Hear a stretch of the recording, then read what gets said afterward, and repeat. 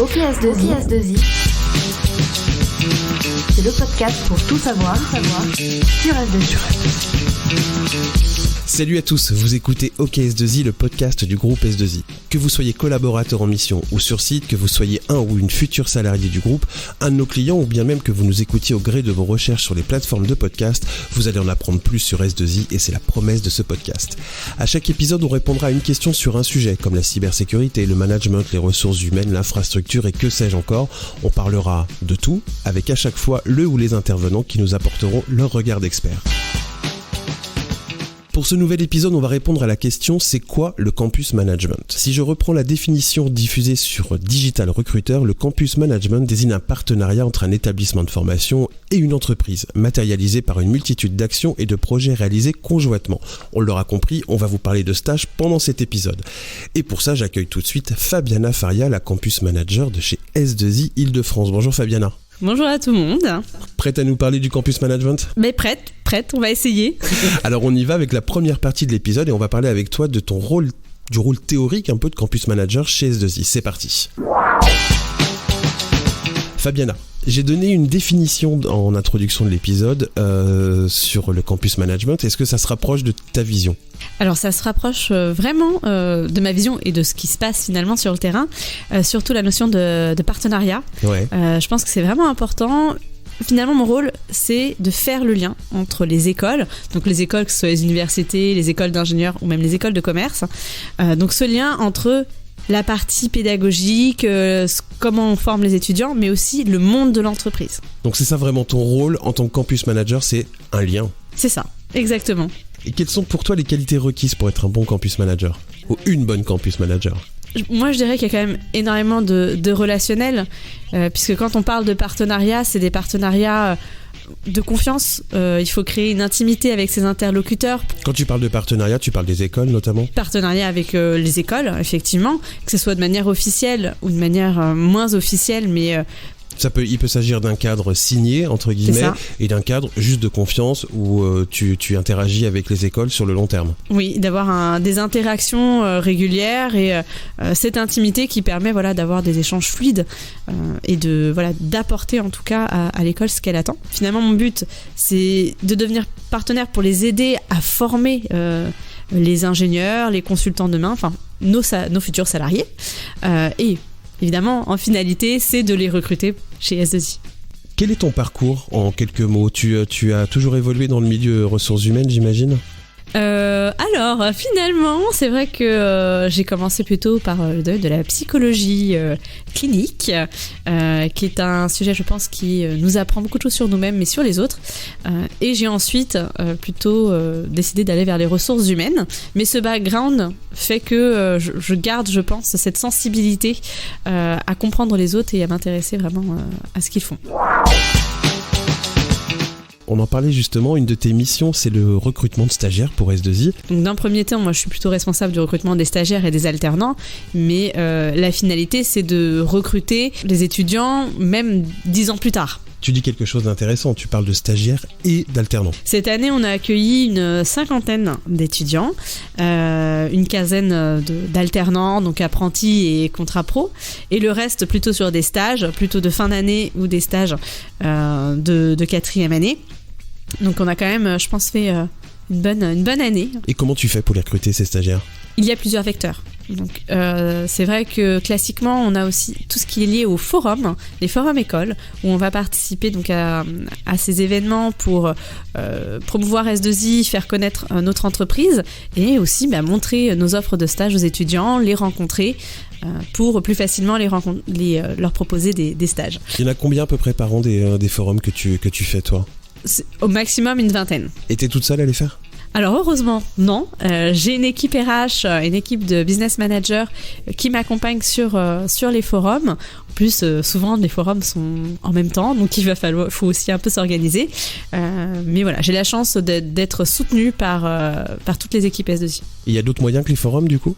C'est vrai qu'on intervient aussi dans les écoles sous forme d'ateliers, que ce soit des ateliers techniques ou même des ateliers RH, ce qui va permettre au final de mieux faire connaître S2I, pas simplement en présentant S2I, mais vraiment en montrant un savoir-faire qui fait qu'on va avoir des étudiants qui spontanément vont vouloir savoir si on a des offres de stage et qui vont facilement venir vers nous.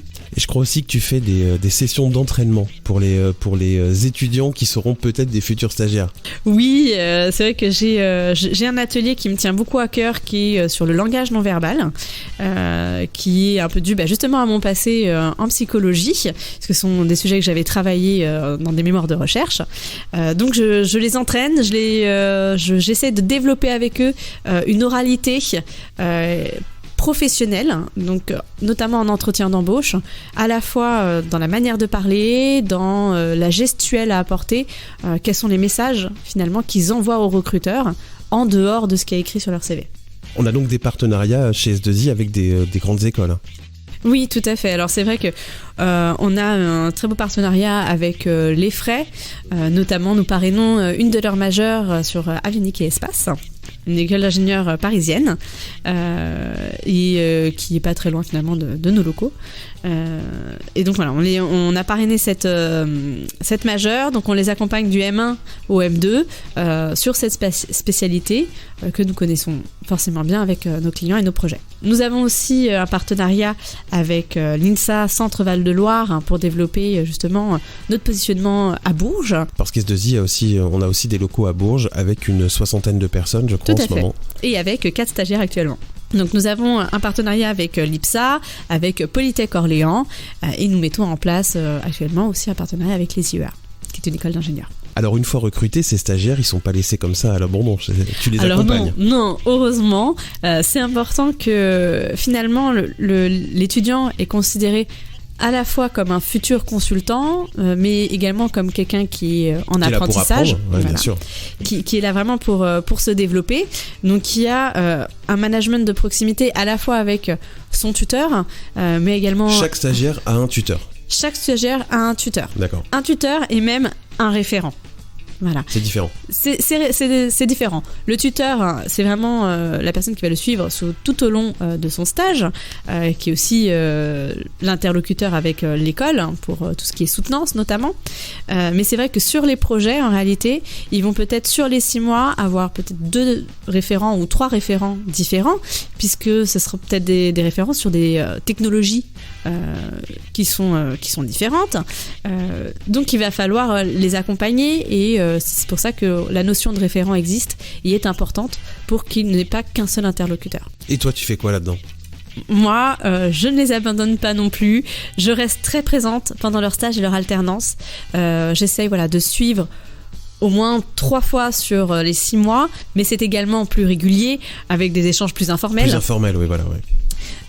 Et ça, vraiment, je pense que ça permet aux étudiants de se sentir plus à l'aise dans l'entreprise, de poser des questions qui n'est pas forcément liées au projet, même que ce soit d'un point de vue administratif ou personnel, et aussi d'accompagner, d'avoir ce regard neutre sur leur projet et sur leur stage pour les accompagner dans les situations professionnelles qu'ils découvrent, mais également accompagner les managers sur cette approche qui est différente avec un étudiant par rapport à un salarié. Il y a forcément aussi un rôle un peu administratif dans ton job, j'imagine. Oui, tout à fait. Je suis quand même... et c'est très important. Il faut que quand on met en place un stage ou quand on met en place une alternance... Il y a tout un process. Il y a tout un process, il y a de la paperasse à faire et il faut être vraiment très rigoureux à la fois sur les informations qu'on va mettre dans les documents. Il y a aussi des instances derrière qui vont regarder ce qu'il y a écrit dans les contrats. Donc il faut que tout soit carré. Donc je suis vraiment la garante des informations qui sortent au niveau des écoles. Tu gères aussi une autre partie du campus management et là ça m'intéresse forcément un petit peu puisque c'est aussi on travaille ensemble là-dessus. Tu gères aussi la communication du campus management. Oui, c'est vrai qu'au final c'est un poste où il faut on est l'image de S2I. C'est une image qui du coup va être implantée comme une graine auprès des étudiants et qui doit être perdurée ensuite dans le temps pour les retrouver d'ici 5 ou 10 ans. pour rejoindre S2I. Donc c'est vrai que je communique beaucoup sur les réseaux sociaux, c'est également auprès des étudiants quand on fait des interventions, savoir présenter S2I avec ses valeurs, avec sa culture, avec le mouvement Fungenieur. C'est vraiment des choses qu'il faut que je puisse maîtriser et donner envie aux étudiants d'en savoir plus, de nous connaître et de nous rejoindre. Et j'imagine aussi que c'est toi, du coup, qui travaille aussi sur tout le matériel de com qu'il y a sur les salons, par exemple, aussi, tu participes à tout ça ? Oui, j'organise, je participe. Finalement, sur les forums, il faut amener du matériel, il faut des kakémonos, un stand. C'est vraiment, on est quand même vraiment sur de la publicité de l'entreprise. Donc c'est vrai que je sollicite beaucoup le service communication pour m'aider sur ces sujets-là. Et tu le sais bien. Et c'est important de travailler avec eux main dans la main pour que je sache qu'est-ce qui est à ma disposition, comment on peut toujours améliorer et conceptualiser aussi les idées. C'est vrai que c'est pas forcément, c'est vraiment un vrai métier. Et justement, on parle toujours de promotion, on va parler de la promotion des stagiaires en interne, parce que moi j'ai vu des choses, forcément on a travaillé ensemble là-dessus, et effectivement on a 35 stagiaires, tu disais ça, 15 alternants et 35 stagiaires à peu près. Oui. Cette année, on est en 2020. Ces stagiaires-là, il faut aussi les promouvoir auprès des commerciaux pour les embauches, j'imagine. Au final, ces stagiaires sont sur différents projets et sont pas toujours en lien avec les équipes commerciales. Donc il faut aussi les faire connaître, les valoriser. Ils ont quand même ils ont apporté leur pierre à l'édifice et donc aussi les mettre en relation avec les différents business units, avec les commerciaux pour qu'ils apprennent à les connaître et qu'ils aient envie de s'engager un peu plus loin avec eux. Parce que l'idée, c'est qu'un stage réussi chez S2I, c'est un CDI à la clé. Exactement, le but c'est de les embaucher, on les forme, on s'investit, c'est vraiment un investissement au-delà de l'investissement financier, on est vraiment sur un investissement de personnes humain avec toute une équipe qui soutient le stagiaire. Ce qu'on voit, c'est quand même ton métier, c'est quand même une palette assez polyvalente, il faut être hyper polyvalent pour faire ton job. Oui, il faut être très polyvalent, mais c'est justement ce qui me passionne. C'est lié à ta personnalité aussi. Oui, c'est vrai. Je suis peut-être un petit peu hyperactive. J'aime quand ça bouge. Et du coup, c'est vrai que le fait d'être en contact avec des étudiants, avec un milieu qui évolue, où on doit aider les écoles aussi à évoluer en fonction de notre marché, ça me plaît. Tu viens de dire que tu aimais quand ça bouge. Je crois que dans ton giron, tu as récupéré 2 missions qui sont un peu plus sociétales. Elle bouge, le réseau Elle bouge, avec qui nous avons un partenariat. Et tu as récupéré aussi certains sujets de la mission handicap. Tu peux nous dire 2 mots sur Elle bouge ? Bien sûr, Elle bouge. C'est au final, je dirais, plus qu'une association, c'est une communauté. Le but de cette association, c'est de promouvoir l'ingénierie auprès des jeunes femmes. Donc c'est de proposer à des étudiantes de tout niveau. On parle du collège, du lycée. C'est ce qu'on fait régulièrement dans les collèges de 3e, 4e. On va régulièrement les voir pour parler des métiers de l'ingénieur auprès d'elles. Ouais. C'est un peu... retirer un peu le mystère qu'il y a derrière ce métier et dire que les femmes ont toute leur place dans ce métier. C'est renforcer la mixité dans le métier de l'ingénierie auprès des femmes. Oui, et ce n'est pas qu'une affaire de femmes. C'est vrai qu'elle bouge à beaucoup, donc on parle de marraines qui sont des femmes. Par contre, on peut aussi très bien avoir envie de s'investir en tant qu'homme pour la mixité. On reviendra dans un autre épisode, je pense, en détail sur Elle bouge, parce que ça va être très intéressant et on parlera de tout ça. Tu t'occupes également de la mission handicap, je crois, avec Pascal Hubert, notre RH. Tout à fait, Pascal m'a délégué certains projets liés au handicap, notamment donc un projet qui sera lié au e-sport pour intégrer des candidats en situation de handicap et les faire participer à un événement, une compétition de e-sport dans nos locaux avec nos managers. Et on en reparlera très très vite. Merci Fabiana d'avoir répondu à toutes nos questions. C'était vraiment un plaisir. On te retrouve sur LinkedIn. T'es très actif sur les réseaux. Oui. Si on a besoin de te contacter, on peut te contacter directement. Retrouvez-nous sur Twitter, Instagram, S2I_IDF. Pensez à vous abonner au podcast sur vos plateformes d'écoute. C'est gratuit, profitez-en. Et les salariés S2I Île-de-France ont le droit à un bonus car ils peuvent directement nous écouter sur l'application On Air que tu as déjà téléchargée, j'imagine, Fabiana.